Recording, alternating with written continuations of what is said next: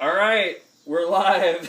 Hello, everybody who is joining in. I'm Josh Ladd. I do a cooking blog called Feral Cuisine. That you saw right there.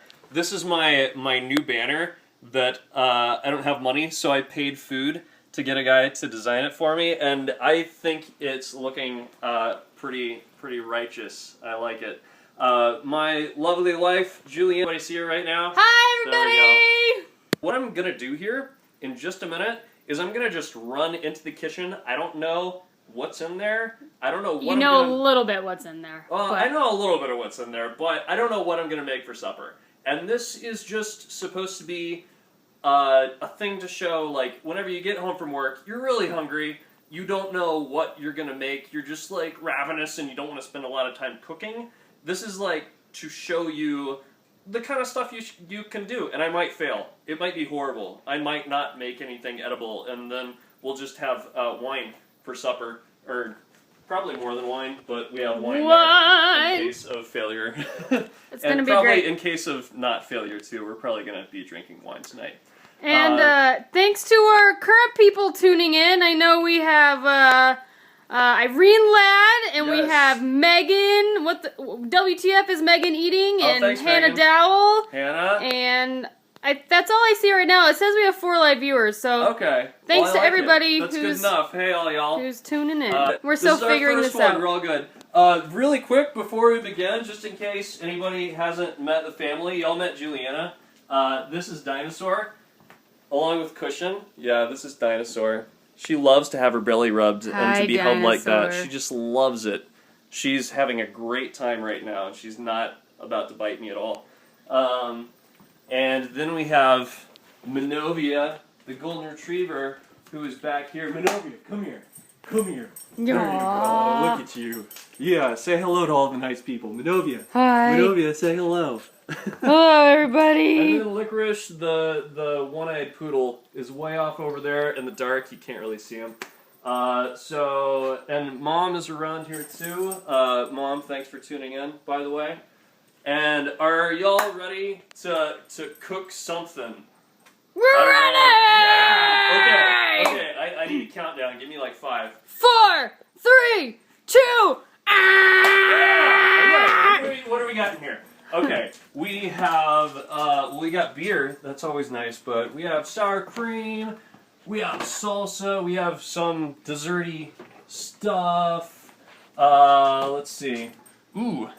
This is leftover chicken shawarma. I actually did know that this was there, and I'm excited about that because I do want to use that for something. I just don't know what yet. Hey, hello, new Brazilian friend that just joined. Oh, hi there. We're cooking supper. We don't know what it's going to be yet, but I found a tomato for it. Bam. So I'm going to get out the sour cream. I got the shawarma out there. We got a lot of vegetables. Hello, Kara Hustle and Sir. Hello to, I can't name all of these things, but hello to our new viewers. Well, thank you for all tuning in. We are cooking something. Spinach. I like spinach. I'm going to make something out of spinach. And eggs are always good. Eggs are always very useful. So, I want to use that salsa too. I think what I'm going to make is just a fast omelet. A shawarma omelet with sour cream and salsa. So, let's see. This is the part where I hope everybody keeps tuning in, because this part actually takes just a few minutes, and it's not as exciting as just watching me like run around and be frantic. I don't know if that's actually fun, but it's fun to me. It's always fun. There we go. So, just pop a little bit of oil into the pan. I turned it on high so that it heats up really quick, because you always want the pan to be really hot before you put anything in there. But once it does start to get pretty hot, I'm going to turn it down, because otherwise all that oil will start to smoke all over the place and it'll be gross. So I got it turned up to high right now. I'm going to turn it lower in just a minute. And I am going to mix up these eggs here. I think I'm going to do, let's see, so I'm cooking for me, I'm cooking for you, I'm probably cooking for Mom too. So I will use... That's 3 people for counters. Yeah. So we're cooking for 3 people. I'll figure 2 eggs apiece. So I'm going to use 6 eggs. 2 1/3. 7 eggs. We're just going to mix them all up. And something I had heard that I didn't actually try until recently. Apparently, if you crack an egg on a flat surface instead of on like the side like this, then apparently you get a lot less shell pieces in there, and it also actually cracks a lot easier too. I actually did not expect that. But yeah, pro tip, crack on a flat surface. I thought it was BS until I tried it, and it actually works really well. Teach everyone at home how you crack an egg with one hand. Okay, I learned this in my extensive like kitchen culinary career. So after you crack it, you just kind of grip the parts with your thumb and your middle finger, and then just pull them apart like that. You Fascinating. see? Yeah. I know it may seem like magic to those who have not worked in food service, but let's watch it again. Boom. There Oh, we so go. fast! I didn't get it. Oh, really? Here, I'll do it in slow motion. Crack. Wow! Was that all you expected? That was more? great. Yeah. That was great. All right, so we got 7 eggs in here. I'm gonna throw. Megan says you were talented. Aw, thank you, Megan. I love you. Did you see that sign language? Josh is practicing sign language. I'm learning slowly. I think. I'm gonna put a big pinch of salt in there, and I'm gonna wash the egg off my hand. And pay no attention to the empty box of wine. That wasn't all finished tonight, just in case. Don't lie. It gets okay. You're fine. trash. We're totally lushes. I should, by all rights, be just throwing up all over the place right now. Speaking of, But, oh yeah, good. Whoa! Oh no! Everybody knows I left the burner going a little bit too long, so we got a little bit smoky, but it's not a big deal. I turned it down. I'm going to just set it back here for a little bit. Yeah, if oil smokes a little bit, it's really not a huge deal. There's a lot. I'm going to get a fork out of here. There are some sources that say, like, oh, as soon as your oil starts smoking, then you have to get rid of it because there's, like, free radicals and it'll cause cancer. But it's really not a big deal.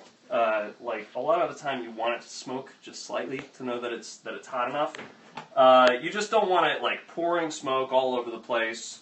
Because then it tastes really gross after. Hello, crayons or candy. Welcome to the cooking show. Oh, hello. We are making a shawarma omelet with with Shawamelette. A Shawamelette. We're making a Shawamelette with sour cream and salsa, and I still want to incorporate the spinach somehow. It's gonna be great. Yeah, I'm just not really sure. Maybe I'll put it on a bed of spinach. There we go. You can put spinach in an omelet, right? Yeah, but I don't know if I want to include it with the show. I don't know. We'll figure it out as we go along.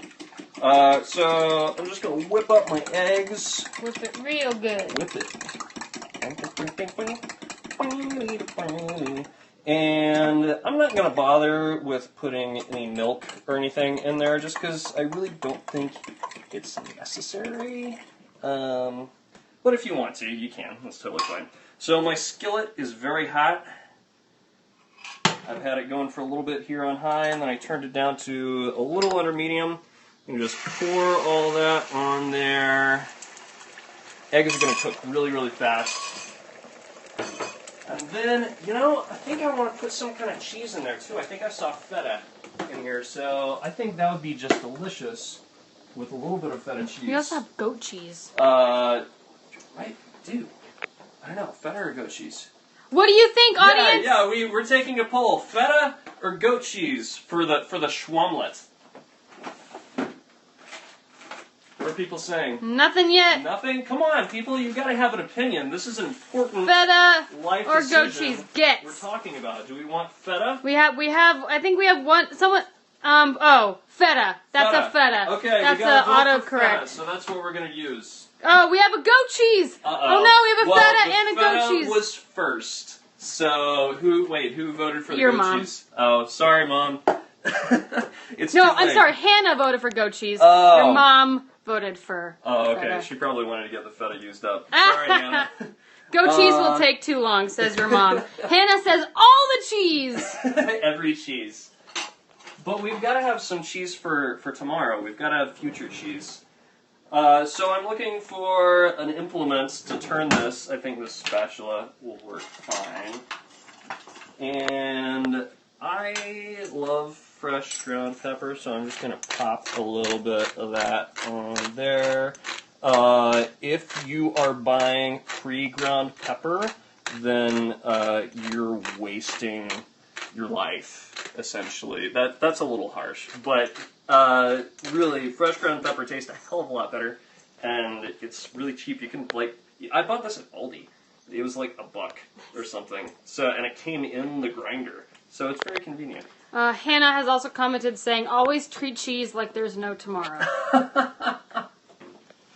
That's a good point. Maybe next time we'll use just all the cheese we have. Although we have like 4 pounds of cheese in there. We have a lot of cheese. Yeah, check out the cheese drawer. We're going to open up the cheese drawer. Alright, so, ladies and gentlemen, we have string cheese because Juliana really was craving string cheese, Colby Jack, and mozzarella. See, we got some shredded mozzarella, we got some provolone, we got some sharp cheddar, which is awesome. Oh, there's bacon. That's totally cheese. We got cream cheese. How long has that been in there? Probably too long. We got some goat cheese. That's kind of... Oh, that's more cheddar back there. Oh, and we have the all-classic American I don't believe this is cheese. Of course we do, because nothing else tastes quite the same as cheeseburger. Gross. I love it. And the shawarma, I am gonna totally cheat. Here, and hold on. put it, Let me see the shawarma. Yeah, check out the shawarma. Chicken shawarma. Yeah. I made the shawarma earlier in the week. This is not from takeout. You can find the recipe on my blog at feralcuisine.com. Hashtag blog plug. And it's actually really easy. So I'm just gonna toss that in there and totally cheat for a minute. You actually only did 30 seconds. I know. Well, only cheat for 30 seconds, which is even better than only cheating for a minute. And it's still running on the top, so I'm going to try this little thing that I heard of where you lift up part of it and you let the runny part flow underneath. And I don't know if it's going to work, because this is the first time that I've ever done that before. This is magic! I know. It might not be magic. It might all be just the French telling everybody that they know how to do it, but they don't have a clue. Okay. The shawarma is ready to go. Megan is spreading the word on face space. So thanks, Hannah. We appreciate you spreading the word. Why is this blurry? Hold on. Camera got real blurry. I don't know how Was to it Steam? fix it. No, it's just... Oh, okay. Well, I hope it's not too blurry. Guys, can you... Hey, I double tapped, and now you can see my face. Hey, guys. Okay. Double tap back. So the omelet We're good. Everything's fine. The omelet is still a little bit runny. So I'm debating whether or not I should put it under the broiler. No, you know what I'm going to do? I'm going to toss everything in here, and then I'm going to put it on the broiler. So I'm going to kind of mix all of this with the runny stuff at the top to get it all incorporated. And we're going to change the concept here from an omelet to a frittata. Whoa! So no folding necessary now. I'm going to toss that on there. See, he totally threw you guys through a loop. I know. You thought he was making an omelet, and he's making a frittata. Yeah, Everybody. see, I just decided that myself. It's a crazy change, right? So, Josh, tell the people at home what the difference is between an omelet and a frittata. Well, an omelet, at least in the Western sense, is, you have your like, essentially a tortilla of egg that you fold over other stuff, whereas a frittata is all the fillings are kind of mixed into it, and it's just all baked as kind of an egg pie, if you will, like a quiche without a crust. Okay. And then you cut off slices of it. So we are going to do frittata now, because then I don't have to fold it, and I like that. I like that a lot. So I've got everything in here that I really need to cook. Unless I want to do the spinach. I think I will throw a little bit of spinach on there, just because I don't want to. I was thinking about doing it on like a bed of spinach as like a salad, but nah, spinach in there. Yeah, Am I right, everybody? We're gonna broil it a little bit after I toss this on there, so then it'll get just like slightly like wilted and cooked, and it'll taste really awesome. Can you now? We have a non-stick pan here that can go in the broiler. Yes. Is somebody asking, or is this you? This is me asking, and Novia got some spinach. It can go as long as we don't leave it under there for a long time. Okay. I think it'll be fine. Yes, Megan, you're always welcome to come over. Dinner. Of course. We'll have plenty, I hope. Yeah. Tell Megan you should come over to Loaf Night sometime. Yeah, man. Yeah. Can you detail to them about Loaf Night? Yeah. All right. So, I don't know. Yeah. I'm not gonna turn it. So, all right. So, Loaf Night is no, I'm turning it. So, everybody, Loaf Night is is it bi-weekly? Does that mean twice a week? Whatever the word is for twice a week. Every 2 weeks. Yeah. Yeah, once every 2 weeks. See, I've already had a lot of wine, we have a loaf night every 2 weeks on a Tuesday night at our house, and we just Josh and I cook the main course, and by that I mean Josh mostly cooks the main course. And we set a table, and anybody who wants to come over is welcome. We typically cap it at like 10, 12 people, so we can fit us all around a table. And feel like we can talk to everybody. And then everybody who comes brings a side, or wine, or a dessert, or an appetizer. And then it's just a big community dinner experience. And we have a lot of fun, we laugh, and we play games sometimes. So if you ever want to come, just search for Loaf Night Friends on Facebook. And we're happy to have you over for dinner. Because Josh makes great food! Broiler on. I put the rack up really close so that we'll get all the benefit of the broilage. And that's really close. I might put that just down one notch.